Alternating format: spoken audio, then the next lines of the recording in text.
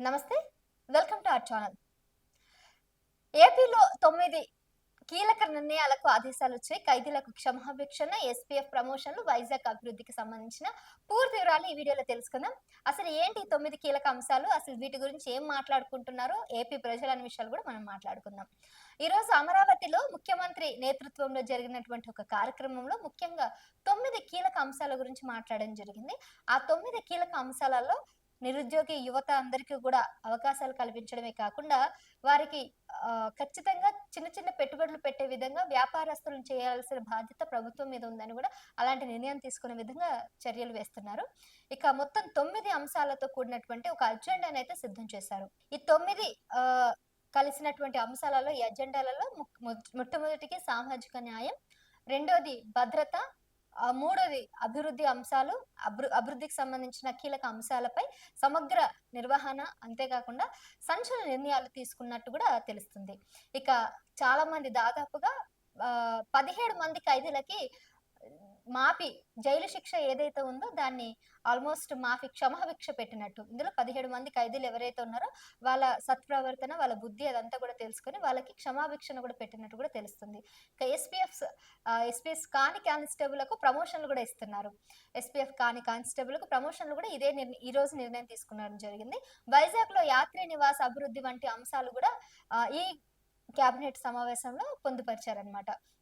ఈ విధంగా ఇన్ని కీలక అంశాలతో పాటు మేజర్ నిర్ణయాలు కూడా తీసుకోవడం ఈ కేబినెట్ భేటీలో ఆహ్, మనకు కనబడుతుంది. అంతేకాకుండా రాష్ట్ర అభివృద్ధికి, రాష్ట్ర పరిపాలనపై కూడా కొత్త దశగా నిర్ణయాలు తీసుకునేటట్టు కూడా మనకు తెలుస్తా ఉంది. ఇంకా దీనికి సంబంధించి పూర్తి వివరాలు కూడా దీంట్లో అన్ని పొందుపరిచారు. ఎవరెవరికైతే ఆహ్, వాలంటరీ వ్యవస్థలో ఇంతకుముందు ఉద్యోగులు ఎవరైతే ఉన్నారో వాళ్ళకి ఎన్ని డబ్బులు ఇచ్చారో వాటికి ఎక్కువగా ఇచ్చి, ఈసారి అలా కాకుండా వాళ్ళకి పద్ధతి అయినటువంటి కొన్ని జాబ్‌లు గూడా వాళ్ళకి కేటాయిస్తామని గూడా హామీ ఇవ్వడం జరిగింది. ఈ కేబినెట్ సమావేశం ప్రత్యేక కథనంగా గూడా గుర్తుండిపోవాలని చెప్పేసి ఆ గవర్నమెంట్ కొత్త నిర్ణయాలు తీసుకోవడం అనేది ఇప్పుడు మనం చూస్తా ఉన్నాము. అంతేకాకుండా అమరావతి కేంద్రంగా, పాలన కేంద్రంగా గూడా ముఖ్యంగా ఈ 9 అంశాలపై కీలక నిర్ణయాలు తీసుకున్నట్లు కేంద్ర ప్రభుత్వంతో పాటు అక్కడ రాష్ట్ర ప్రభుత్వం కూడా నిర్ణయాలు తీసుకుంటుంది. మంత్రి అధ్యక్షతన రాష్ట్ర మంత్రివర్గ సమావేశం కూడా ప్రారంభమైంది.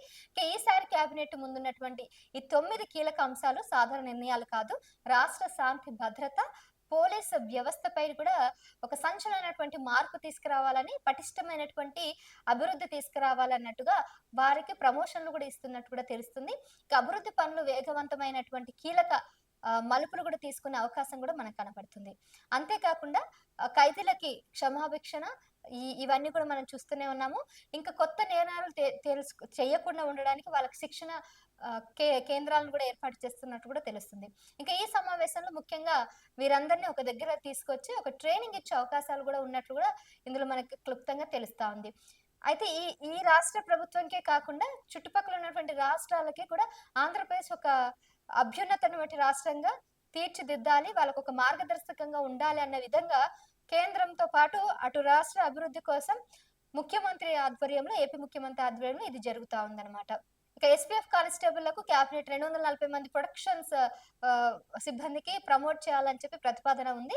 దీంట్లో ముఖ్యంగా ఎస్పీఎఫ్ సిబ్బందికి న్యాయం చేకూర్చే విధంగా అందులో వీళ్ళకి సంబంధించిన ప్రతిపాదనలు కూడా చేర్చారు. వారిలో సేవ ఉత్సాహం, ఎవరైతే సేవ చేసే ఆలోచనలో ఉన్నాయి, ఎవరైతే సిన్సియర్‌గా పనిచేస్తున్నారో వారందరికి ప్రమోషన్‌లు ఇచ్చే ఆహ్, స సూచనలైతే ఎక్కువగా కనిపిస్తున్నాయి.